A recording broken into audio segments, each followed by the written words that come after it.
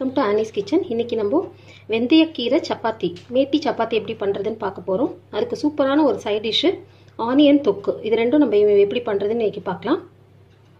இது வீட்டில் வெந்தயக்கீரையை சும்மா ஒரு தொட்டியில் தூவி விட்டுருந்தேன். வெந்தயம் நல்லா தூவின உடனே நல்லா கீரையாக நல்லா வளர்ந்துருந்தது. ஸோ அதை நல்ல மண் போக அலசி எடுத்து குட்டி குட்டியாக கட் பண்ணி வச்சுருக்கேன். தேவையான அளவு உப்பு, 2 கப்பு கோதுமை மாவு எடுத்திருக்கேன். இதை சப்பாத்தி மாவு பிசைகிற மாதிரி எல்லாத்தையும் ஒன்றா போட்டு ஒரு மிக்சிங் பவுலில் பிசைஞ்சிக்கலாம்.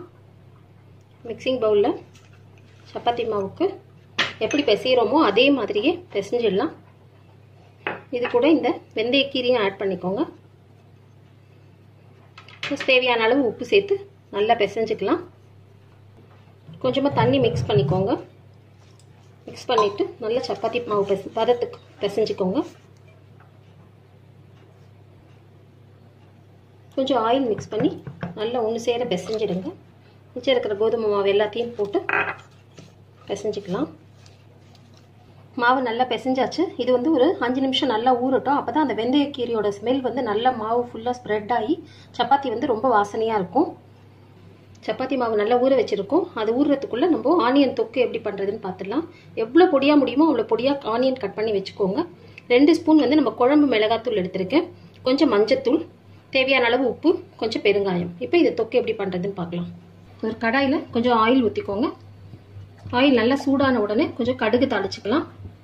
எண்ணெய் நல்லா காஞ்சிடுச்சு. கடுகு போட்டுடலாம். கடுகு நல்லா வெடிக்கட்டும்.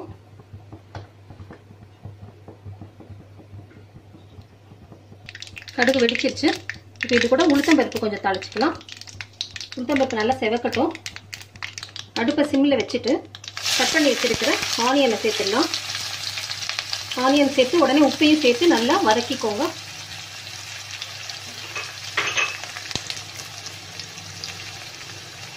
ஏன்னா உப்பு சேர்த்துட்டிங்கன்னா சீக்கிரமே வதங்கிடும். நல்லா கோல்டன் கலரில் நல்லா வதங்கட்டும். நல்லா வதங்கின உடனே பெருங்காயத்தூள், குழம்பு மிளகாத்தூள், மஞ்சப்பொடி எல்லாமே சேர்த்து திருப்பி நல்லா வதக்கிக்கலாம்.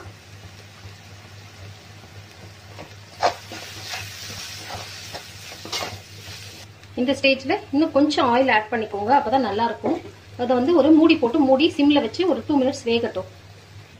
நீங்கள் ஓப்பன் பண்ணி பாருங்கள். ரொம்ப ட்ரையாக இருக்கிற மாதிரி ஃபீல் பண்ணிங்கன்னா இன்னும் கொஞ்சம் ஆயில் ஆட் பண்ணிக்கோங்க. சப்போஸ் ரொம்ப ஆயில் வேண்டாம் அப்படின்னா ஒரு 1/4 ஸ்பூன் இல்லைன்னா 1/2 ஸ்பூனுக்கு தண்ணி ஊற்றி திருப்பி நல்லா மிக்ஸ் பண்ணிவிட்டு மூடி வச்சுடுங்க.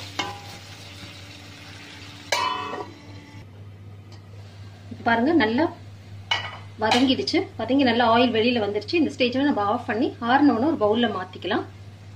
இப்போ ஊற வச்ச சப்பாத்தி மாவு நல்லா ஊறி சாஃப்ட் ஆயிடுச்சு. இதை நம்ம சப்பாத்தியாக திரட்டி எடுத்துக்கலாம்.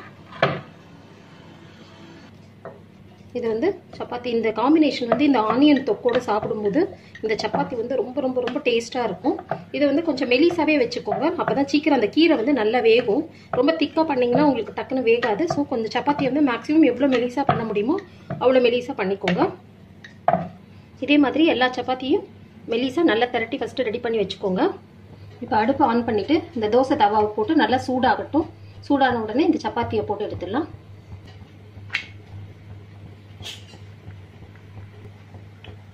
கொஞ்சமாக ஆயில் அப்ளை பண்ணிக்கோங்க. ஏன்னா நம்ம மாவு பிசையும் போது ஆல்ரெடி ஆயில் ஊற்றி தான் பிசைஞ்சிருக்கோம். நல்லா 2 பக்கமும் திருப்பி திருப்பி போடுங்க. அப்போ தான் அந்த கீரையும் நல்லா வேகும். நல்லா 2 பக்கமும் வெந்துருச்சு. இதே மாதிரி எல்லா சப்பாத்தியும் போட்டு எடுத்துடலாம். அவ்வளோதாங்க. நல்ல சுட சுட மேத்தி சப்பாத்தி வித் ஆனியன் தொக்கு ரெடி ஆயிடுச்சு. சப்போஸ் இந்த ஆனியன் தொக்கில் உங்களுக்கு பூண்டு பிடிக்கும்னா நல்ல பூண்டை தோல் உரிச்சிட்டு பொடி பொடியாக கட் பண்ணி வதக்கும் போதே பூண்டையும் சேர்த்து வதக்கிட்டு அது அப்படி சாப்பிட்டாலும் ரொம்ப டேஸ்ட்டாக இருக்கும். ஹெல்த்தி கூட. ஸோ நான் இன்னைக்கு பூண்டு சேர்க்கல. உங்களுக்கு வேணும்னா விருப்பம் இருந்ததுன்னா நீங்கள் பூண்டு சேர்த்துக்கலாம். ட்ரை பண்ணி பாருங்கள். பிடிச்சிருந்தா லைக் பண்ணுங்கள், கமெண்ட் பண்ணுங்கள், ஷேர் பண்ணுங்கள். மறக்காமல் சப்ஸ்கிரைப் பண்ணி பெல் பட்டனையும் அழுத்திடுங்க. தேங்க்யூ.